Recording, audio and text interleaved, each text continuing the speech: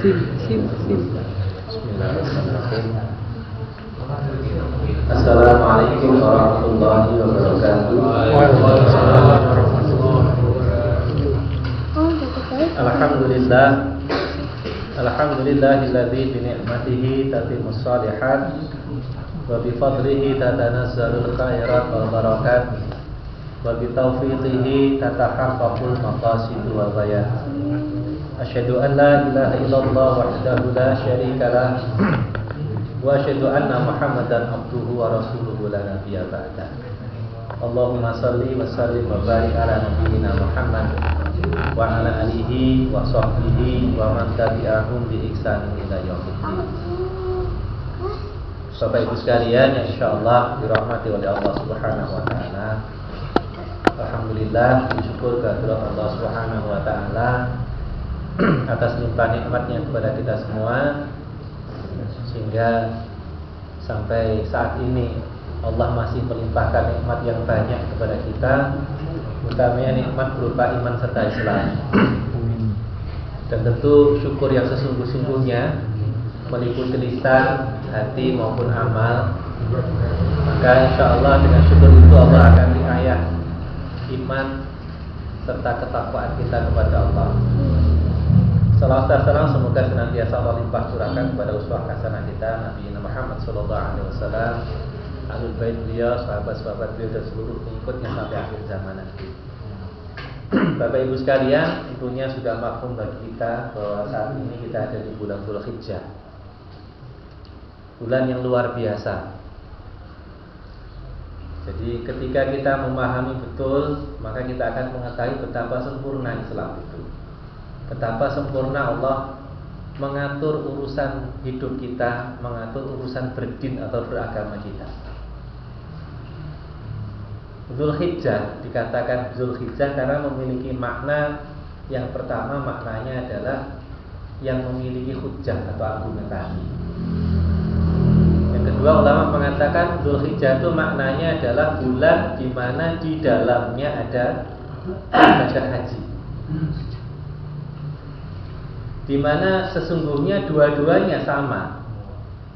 Maknanya adalah betapa setiap kita manusia satu hari nanti butuh untuk memiliki hujjah atau argumen yang kuat. Karena setiap kita pasti kelak menghadap Allah Subhanahu wa taala. Maka itulah barangkali Allah letakkan Dzulhijjah itu pada akhir tahun, akhirus sanah. Jadi di akhir tahun, penutup tahun, itu Allah letakkan bulan yang diberi nama dengan Dzulhijjah. Seolah-olah Allah hendak memberikan pesan kepada kita, setiap makhluk itu pasti ada akhirnya. Karena memang itulah bedanya makhluk dengan Khalik, yaitu Allah. Kalau makhluk selalu ada awalnya dan pasti ada akhirnya, sementara Allah Rabbul Alamin azali dan abadi, tidak ada awal, tidak ada akhir. Maka seolah-olah Allah seperti mengingatkan kepada kita, begitu masuk Dzulhijjah, seolah-olah kita diingatkan ada saatnya kita semua itu tutup buku. Dan setelah kemudian saat itu sampai, pertanyaannya, bekal apa yang sudah dibawa? Hujjah seperti apa yang sudah disiapkan? Amal apa yang sudah dikumpulkan? Maka karena itulah bulan terakhir itu Allah namakan Dzulhijjah. Dan di bulan yang terakhir itulah Allah letakkan salah satu di antara kewajiban setiap muslim, yaitu melaksanakan ibadah haji. Di mana dua-duanya sama, Bapak Ibu sekalian. Ketika seorang memiliki hujjah yang hak, yang benar, maka Allah akan persilahkan dia untuk masuk ke dalam surganya. Maka sama seperti haji yang dilaksanakan dengan benar, haji yang dilaksanakan dengan baik, sehingga Allah menggelarinya dengan haji yang mabrur. Maka dalam sebuah hadis diriwayatkan Imam Al-Bukhari dan Muslim, dipesankan oleh Nabi kepada kita, al-hajju mabrur laisa lahu jazaun illal jannah. Haji yang mabrur laisa lahu jaza, tidak ada baginya yang mendapatkan haji mabrur itu balasan illal jannah, kecuali jannah. Karena memang hakikatnya haji itu adalah argumentasi kita. Dan esensi atau inti daripada hujah kita di hadapan Allah itu di samping urusan amal itu adalah apakah sudah betul-betul selamat akidah kita.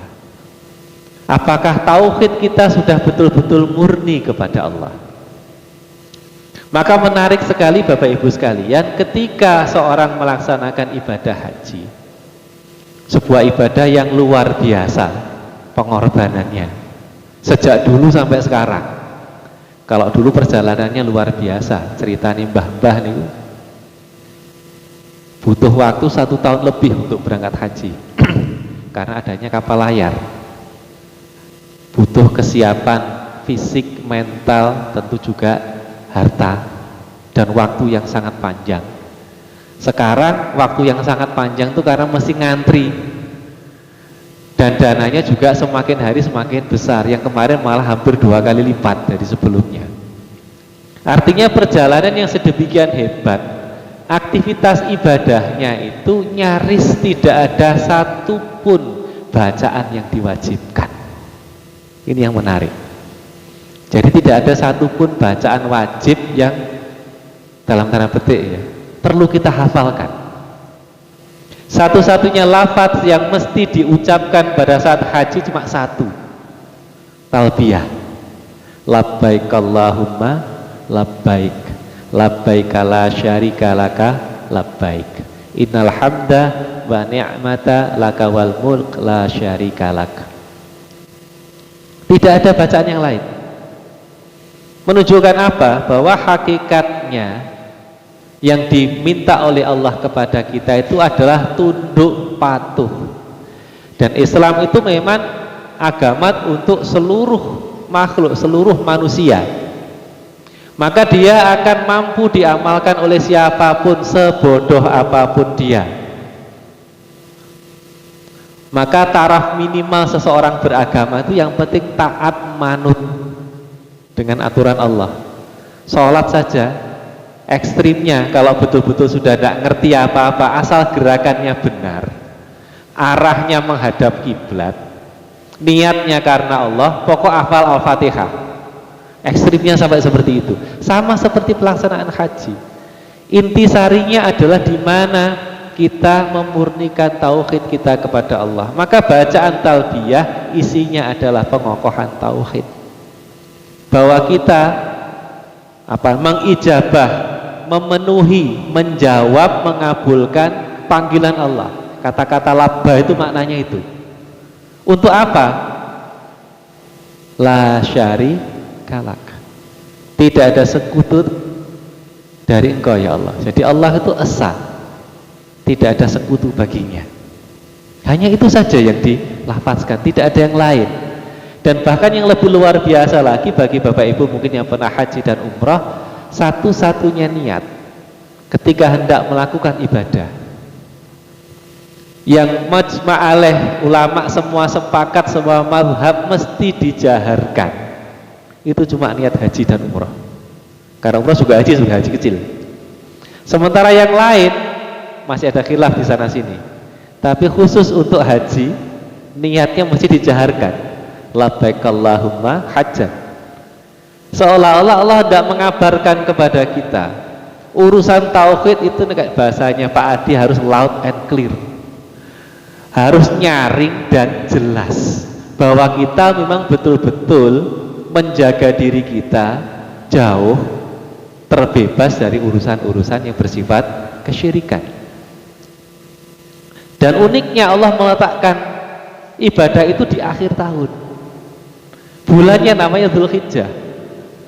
Seperti Allah mengingatkan kita, pada saatnya seorang itu besok mati, maka modal minimalnya dan dia harus menjiwai seluruh amal yang dimiliki yaitu adalah tauhid. Bahkan dalam segala urusannya, niat pun juga mesti bertauhid, maka amal yang diterima adalah amal yang sifatnya ikhlas. Maka Bapak Ibu sekalian, banyak ulama mengatakan haji itu adalah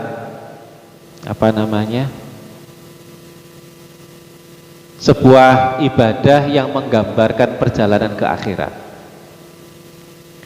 Dan rahasia suksesnya haji termasuk tentunya ketika kita berbicara masalah perjalanan akhirat, modal amal yang mesti disiapkan tentu semuanya, tidak hanya haji. Haji hanyalah simbolisasi betapa semua amal itu pada akhirnya mengarahkan kita menuju ke perjalanan akhirat. Maka suksesnya haji termasuk juga amaliyah yang lain disebutkan oleh Imam Al-Ghazali di dalam kitabnya Ihya Ulumuddin dengan satu kalimat pendek, tajarrud. Tajarrud itu bahasa kita gampangannya totalitas, tetapi nyemplung semuanya. Maka ketika Allah menyeru kepada orang-orang yang sudah beriman, Allah mengatakan ya ayyuhalladzina amanu dkhulu fis-silmi kafah wa la tattabi'u khutuwatis syaitan innahu lakum aduwwum mubin. Ya ayyuhalladzina amanu, wahai orang yang sudah beriman, udkhulu fis-silmi kafah, masuklah kalian semua itu ke dalam Islam kafah, keseluruhannya, totalitas. Jadi tidak ada lagi pilih-pilih, suka ataupun tidak, sesuai selera ataupun tidak, untung ataupun rugi, berat ataupun ringan, terima semuanya. Maka Allah memilih kalimat silmi di sini. Silmi itu secara bahasa menurut ulama maknanya adalah semua perangkat-perangkat aturan yang ada di dalam Islam itu disebut silmi. Jadi seolah-olah kita itu dilarang oleh Allah untuk pilih-pilih mana di antara syariat yang kita inginkan. Semua mesti diterima. Apakah itu kita mau untung, rugi, senang atau tidak penting. Maka tetap harus dikerjakan. Dan dari sekian banyak pengamalan itu, landasannya tentu harus tauhid. Maka hal yang sifatnya melanggar ketentuan Allah disebut dengan hal yang zalim. Maka syirik dikatakan oleh Allah sebagaimana nasihatnya Luqman kepada anaknya, inna syirka la zulmun azim. Dan ini akidahnya seorang mukmin, bahwa kesyirikan itu adalah kezaliman yang paling besar. Orang boleh korupsi, tapi zalimnya tetap tidak akan pernah mengalahkan orang yang syirik, meskipun dia orangnya dermawan dan bersih. Itu ukuran. Bukan berarti kita mengesahkan namanya korupsi, tetap hal yang buruk dan hukumannya berat, akan tetapi tidak akan pernah bisa selama-lamanya mengalahkan kesalahan yang namanya syirik. Karena semua dosa Allah maafkan kecuali syirik. Maka sesungguhnya bulan Dzulhijjah ini Bapak Ibu sekalian adalah bulan saatnya kita untuk muhasabah, khususnya dalam urusan tauhidullah. Apakah sudah menjadi mewarnai seluruh amaliyah solih kita? Maka karena itulah bulan Dzulhijjah itu sedemikian utama. Allah masukkan sebagai bagian dari syuhur arba'atun hurum, bulan-bulan 4 yang diharamkan oleh Allah, di mana ketika kita beramal di sana Allah lipat gandakan balasannya. Sampai dalam sebuah hadis disampaikan oleh Nabi Shallallahu Alaihi Wasallam, "Ma min ayyamin amalus solih fiha ahabbu ilallah min hadhil ayyam." Tidak ada satu amal solih pun yang lebih dicintai oleh Allah melebihi amal solih yang dikerjakan pada hari-hari ini. Maksudnya awal bulan Dzulhijjah, 10 hari yang awal, ya saat-saat sekarang ini Bapak Ibu sekalian. Kemudian Nabi menjawab, melanjutkan, yakni ayyamal asyr, yaitu hari-hari yang 10. Kemudian para sahabat bertanya, qalu ya Rasulullah walal jihadu fisabilillah, Bagaimana dengan jihad fisabilillah? Maka jawab Nabi, qala wala jihadu fisabilillah. Tidak juga jihad fisabilillah illa rajulun kharaja bi nafsihi wa malihi falam yarji' min dzalika bi syai'in. Kecuali orang yang keluar untuk jihad di jalan Allah, perang maksudnya. Kemudian dia membawa dirinya, jiwanya dan hartanya, kemudian dia tidak kembali sama sekali, maksudnya syahid. Yang bisa mengalahkan hanya itu. Ini sesungguhnya adalah motivasi, bukan berarti ini menjadi apa istilahnya, pengganti keutamaan jihad. Bukan. Ini adalah motivasi betapa kita mesti sungguh-sungguh ketika masuk di 10 hari yang awal di bulan Dzulhijjah. Sambil mengingat yang kami sampaikan di depan tadi, hakikatnya Dzulhijjah itu pengingat bahwa kita ada masa berakhirnya. Maka karena rahmannya Allah kepada kita, penutup tahun ini pun diistimewakan. Yang mau beramal di sana dilipat gandakan. Ibadah utamanya pun diletakkan pada bulan yang akhir, semata-mata agar supaya kita semua ketika besok pulang menghadap Allah, pulang dalam keadaan membawa hujah yang kuat. Artinya dia wafat dalam keadaan husnul khotimah. Ya, ini mungkin sedikit saya sampaikan karena waktunya singkat. 3 saja terkait dengan amal-amal di bulan Dzulhijjah yang insya Allah Bapak Ibu mestinya juga sudah paham semua. Ini sekedar merefresh kembali. Jadi yang pertama, insya Allah mudah, khususnya yang sudah berumur. Ya kata sekolah ini pun berumur aslinya ya. Nek sampai si abot itu ya kebangetan. Apa? Siap. Niki butuh ragat malah ngirit aslinya. Nah, maka siam atau puasa itu termasuk salah satu di antara sebaik-baik amal saleh. Karena dia sebetulnya mudah dikerjakan. Bagaimana Nabi ketika masuk 10 hari yang awal? Ada sebuah hadis dari sahabat Hunaidah bin Khalid. Beliau mendapatkannya dari istrinya, istrinya mendapat dari istri-istri Nabi. Jadi istri-istri Nabi itu sebagiannya berkata, Rasulullah SAW yasumu tis'a Dzulhijjah. Rasulullah SAW itu berpuasa pada 9 hari di awal Dzulhijjah. Yang masyhur kan tanggal 9. Tapi yang dikerjakan Nabi itu 9 hari di awal bulan Dzulhijjah. Jadi sudah tidak penting lagi gegeran tanggal 8 dan 9 sudah tidak penting. Karena Nabi melaksanakannya sejak tanggal 1. Nah ini kita sisa beberapa hari ini monggo. Artinya Nabi biasa 9 hari, jenengan kurang dari 9 nggih mboten napa-napa. Yang jelas memang disyariatkan ada sunnah kita berpuasa sejak tanggal 1 sampai tanggal 9. Nah, kemudian dilanjutkan wa yauma asyura, hari Asyura, wa tsalatsa ayyam kulli syahr, dan 3 hari pada setiap bulan. Nah, 3 hari ini kapan? Bebas. Aisyah ketika ditanya kapan Nabi puasa dalam 3 hari dalam sebulan itu, ya sekehendak Nabi. Ada riwayat yang lain mengatakan Nabi puasanya tanggal di Ayyamul Bid 11, 12, 13. Ada yang mengatakan 13, 14, 15. Ada sebuah hadis lagi yang mengatakan Nabi terbiasa berpuasa 3 hari itu adalah 1 hari Senin, 2 hari Kamis. Dan ini cocok dengan hadis yang lain bahwa Nabi biasa berpuasa pada hari ketika beliau dilahirkan. Itu dasarnya Senin Kamis. Jadi Nabi nek Senin Kamis boten kok kados kula jenengan Senin Kamis boten. Tapi tidak salah ketika kita Senin dan Kamis, tidak ada masalah. Karena apapun dikerjakan Nabi, maka dia menjadi sunnah ila yaumil qiyamah. Bahwa Nabi mencontohkannya begitu, kita tidak harus persis. Kalau bisa kan dilebihkan. Pokoknya ikhlasi orang mungkin ngalahin Nabi.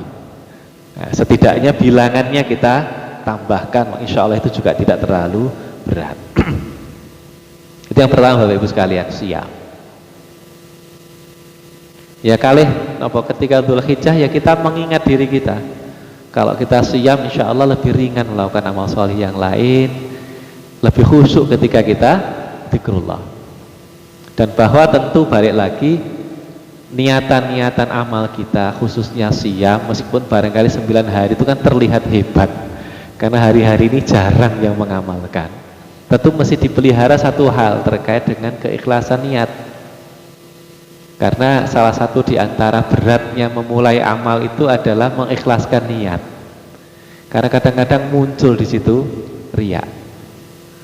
Maka kalau kita mau lebih cermat lagi Bapak Ibu sekalian, kalau riya saja dilarang, dan itu dikatakan oleh Nabi riya itu sebagai syirkul azghar, syirik yang kecil, itu saja diperhatikan betul oleh Nabi. Maka bayangkan bagaimana dengan syirkul akbar, syirik yang besar. Dan biasanya orang ketika sudah terkait dengan syirik-syirik itu mesti tidak pernah lepas dengan namanya terikatnya dirinya dengan urusan dunia. Maka haji yang katanya puncak ibadah itu memulainya dengan ihram. Maka ketika kita hendak sholat, kita mulainya dengan takbiratul ihram. Ada kata ihram di sana. Ihram itu apa maknanya? Mengharamkan diri kita atas hal-hal di luar yang diperbolehkan.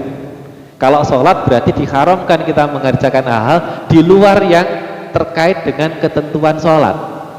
Kalau haji tentunya ada hal-hal tindakan yang mesti ditinggalkan. Dan ini semua orang bisa, tidak harus yang pinter, maka tidak ada bacaan yang khusus. Seolah-olah Allah tidak menyampaikan kepada kita yang masuk surga bukan cuma yang pinter, yang bodoh pun sepanjang dia taat. Tentu harus tetap thalabul ilmi, dia berhak masuk. Maka larangan haji itu kan kaitannya dengan perbuatan. Maka amalia haji itu cuma perbuatan tok. Maka memulai ihram di mikot. Mikot itu dari kata mawaqit. Mawaqit itu bermakna waktu, bermakna tempat. Maka kita haji umroh itu urusannya tempat dan waktu. Pun namun iku tok. Nek tawaf ya kita di sekitar Ka'bah. Ka'bah harus ada di sebelah kiri, sa'i juga seperti itu, dan seterusnya sampai selesai. Jadi intinya totalitas kita di dalam mengikuti apa yang diperintahkan oleh Allah Subhanahu wa taala, dan itu semua dasarnya adalah ikhlas. Kalau urusan syirik dalam urusan niat saja sedemikian Nabi mengingatkan, maka bagaimana dengan syirik yang berkaitan dengan lebih besar, dan itu selalu kaitannya dengan dunia. Maka begitu orang ihram pakainya kan cuma 2 lembar kain, rida dan izar. Seolah-olah kita tuh diminta untuk melepaskan ikatan diri kita dengan dunia. Nek wong Jawa ngarane ora oleh milik. Karena apapun yang kita miliki, ada saatnya besok, dan itu pasti terjadi, kita akan meninggalkan semuanya. Anak, keluarga, istri, harta, jabatan, yang semuanya kadang-kadang diupayakan dengan cara-cara yang Allah tidak ridho, apalagi dengan cara-cara kesyirikan. Bahkan haji pun syiriknya ya ora karu-karuan. Wukuf harusnya mengingat besok ketika di yaumul mahsyar, mendemi macam-macam. Subhanallah, kok yo enek kaya ngono kuwi. Saya sebetulnya tidak ngerti yo gara-gara dijaki cah nom-nom niku dibugal delokna. Ternyata terjadi betul. Nah, kemudian yang kedua Bapak Ibu sekalian, takbir dan zikir. Jadi termasuk amal yang juga termasuk mudah. Bondone lisan, cara Jawa bondo abab. Kapan ini mulai dikerjakan Bapak Ibu sekalian? Nah, takbir ini ada 2. Ada takbir yang sifatnya mutlak, ada takbir muqayyad. Ya. Imam Al-Bukhari itu menyebutkan bagaimana perilaku para sahabat terkait dengan urusan takbir di awal bulan Dzulhijjah. Jadi beliau menyebutkan seperti ini, wa qala Ibnu Abbas wazkurullah fi ayyami ma'lumatin ayyamul asyr wa ayyamul ma'dudat ayyamut tasyrik wa kana Ibnu Umar wa Abu Hurairah yakhrujani ila syuqi fi ayyamil asyril mukabbiran wa yukabbirun nas bitakbirihima. wa kabbira Muhammad ibnu Ali khalfan nafilah. Jadi Ibnu Abbas berkata, berzikirlah kalian kepada Allah di hari-hari yang sudah maklumat, yang telah ditentukan, yaitu 10 dan juga pada hijjah tasyrik. Kemudian Ibnu Abbas menjelaskan, Ibnu Umar dan Abu Hurairah itu keluar ke pasar. Bahasanya di sini adalah yakhrujan ila syuqi, keluar ke pasar. Kemudian mereka bertakbir. Takbir itu pasar nih. Buku atau beri sing beda sinten. Tapi yang jelas ini pernah dilakukan oleh Ibnu Umar dan Abu Hurairah. Bertakbir di pasar, kemudian manusia, maksudnya masyarakat yang ada di pasar yang mendengar ikut bertakbir. Muhammad bin Ali pun bertakbir setelah sholat sunnah. Nah, tadi yang mutlak itu mulai tanggal 1. Waktunya terserah, tempatnya bebas, yang penting di tempat-tempat yang boleh. Kemudian yang muqayyad dikaitkan dengan waktu tertentu, yaitu ba'da sholat, itu muqayyad. Ada beberapa pendapat, saya ambil yang masyhur karena ini memang yang dikerjakan oleh sahabat, biasa dikerjakan oleh Umar bin Khattab, Ali bin Abi Thalib, Ibnu Mas'ud dan Ibnu Abbas. Jadi mereka melakukan takbir itu dimulai setelah sholat subuh hari Arafah, jadi tanggal 9 Dzulhijjah. Berakhirnya asar hari tasyrik yang terakhir. Jadi Ali bin Abi Thalib disebutkan annahu kana yukabbiru ba'da sholatil fajr yaumal arafah ila sholatil asri min akhir ayyam tasyrik. Jadi Ali bin Abi Thalib itu senantiasa bertakbir setelah sholat subuh pada hari Arafah sampai sholat asar di akhir hari-hari tasyrik. Berarti tanggal 9 sampai tanggal 13. Itu setelah sholat jamaah nih ngomong takbir. Itu yang dicontohkan oleh para sahabat. Agak beda sama yang jamaah haji. Kalau jamaah haji itu kan mulainya setelah tahalul pada tanggal 10, itu baru dia bertakbir. Ketika dia sampai di Jamarat sebelum melempar melempar jumroh, itu mulai mereka bertakbir, berhenti melakukan talbiyah. Kemudian Bapak Ibu sekalian, yang ketiga, kalau tiga kurban. Maka Bapak Ibu sekalian, inilah luar biasanya Islam kalau memberikan stressing atau penekanan terhadap sesuatu yang penting, dikumpulkan jadi satu. Maka salah satu ibadah utama khususnya bagi yang tidak berangkat haji pada bulan Dzulhijjah itu adalah kurban, menyembelih udhiyah, binatang sembelihan. Disebut kurban karena hakikatnya adalah ketika seorang itu melakukan penyembelihan binatang,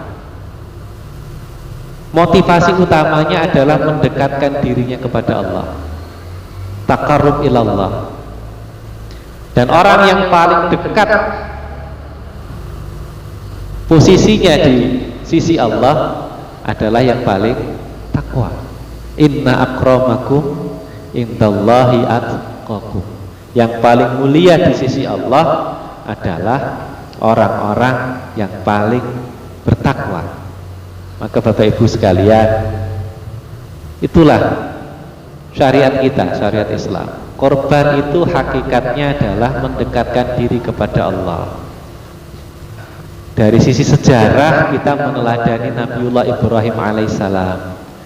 Betapa perintahnya itu bukan semata menyembelih, tapi berangkatnya adalah bagaimana Allah itu menuntut kepada kita untuk semaksimal kita bisa secara basyariah kemanusiaan kita untuk melepaskan ikatan diri kita dengan dunia. Sampai aturaken dengan jengwau. Untuk seorang nabi yang tentunya makomnya sedemikian dekat dengan Allah, standarnya tentu jauh melampaui kita. Sampai ulama mengatakan hasanatul abror, al abror itu kita semua insya Allah. Ketika melakukan hal yang masih terhitung baik, maka bagi orang yang dekat sayyiatul muqarrabin, masih termasuk hal yang buruk, maka standarnya tinggi sekali. Maka tuntutan Allah kepada Nabiullah Ibrahim alaihissalam ketika menjumpai anak yang memang sudah pada masa baligh, kata beliau, kata Allah, dan sa'yan, bisa diajak kerja, maka diperintahkan untuk disembelih. Semata-mata Allah hendak memberikan pesan bahwa keterikatanmu hanyalah kepada Allah saja, tidak kepada makhluk. Sampai seperti itu. Tentu kita tidak akan sampai ke levelnya Nabi Ibrahim, dan ujiannya juga insya Allah tidak akan sampai ke sana kalau kita bukan Nabi. Tapi pelajarannya seperti itu. Dan seorang Nabi pun berat melakukan itu. Maka ada namanya hari Tarwiyah. Tarwiyah itu ada dua pemaknaannya. Yang pertama memang dari kata yarwi, bahwa Nabi menyiapkan air sebelum melakukan ibadah haji. Akan tapi makna berikutnya dari Tarwiyah itu adalah hari di mana Nabiullah Ibrahim alaihissalam itu mendapatkan pencerahan, kejelasan bahwa mimpinya yang datang 3 kali itu adalah wahyu. Maka dia sampaikan kepada Ismail alaihissalam. Maka hakikatnya korban itu adalah bagaimana kita dalam tanda petik menyembelih keterikatan kita terhadap dunia. Bukan berarti kita tidak butuh dunia, tapi kita memanfaatkan dunia semata-mata untuk mendekatkan diri kita kepada Allah Subhanahu wa taala, bahwa dunia hanyalah alat, bukan tujuan. Karena itulah maka Allah kemudian mengingatkan kita di surat Al-Hajj ayat 37. Apa kata Allah? A'udzubillahi minasyaitonirrajim. La yanalallahu luhumahuma wala dima'uha walakin yanaluhut taqwa minkum. Tidaklah akan sampai kepada Allah, la yanalallah, tidak akan sampai kepada Allah, tidak akan mencapai Allah, luhumuhuma, daging-dagingnya, wala dima'uha, tidak juga darahnya, walakin akan tetapi yanaluhut, yang sampai kepadanya, kepada Allah apa? At-taqwa minkum, ketakwaan yang ada di dalam hati. Maka sudah sampai di sana, tidak ada lagi kemudian pembahasan sebetulnya. Korban yang sah seperti apapun ternyata mesti sing dipilih akror, samin, mesti ini. Akror niku sungune utuh, samin niku lemu, dagingnya kata. Tidak ada yang mikir golek sing murah, pokoknya sing rodok sah utuh-utuh sidik, sing penting ora ketok utone. Loro-loro sidik sing penting ora petek genaleh utuh, kuru ya ora pokoke ora nemen-nemen. Tidak akan seperti itu.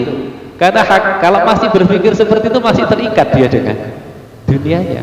Tapi ketika sudah betul-betul sampai derajat dekat kepada Allah, upayanya maksimal mendekat kepada Allah, maka sudah tidak lagi terfikirkan olehnya untuk mencari keuntungan dari korban yang memang dia sembelih untuk Allah Subhanahu wa taala.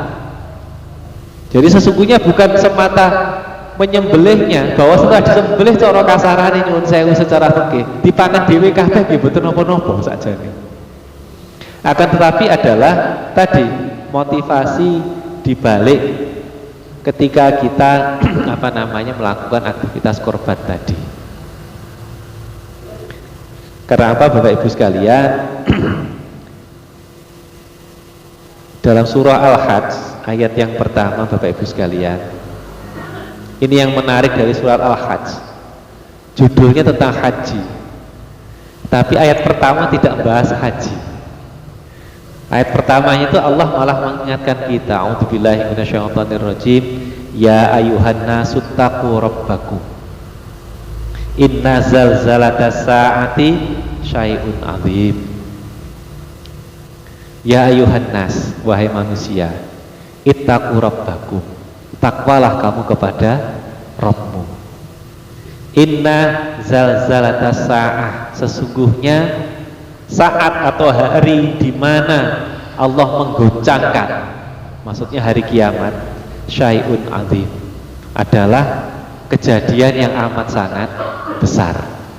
Jadi seolah-olah mengingatkan kita, haji yang katanya adalah puncak ibadah, itu hakikatnya adalah dalam rangka menyelamatkan kita kelak di yaumil akhir, bukan semata-mata untuk mendapatkan predikat haji atau hanya untuk kebanggaan-kebanggaan kosong yang lain.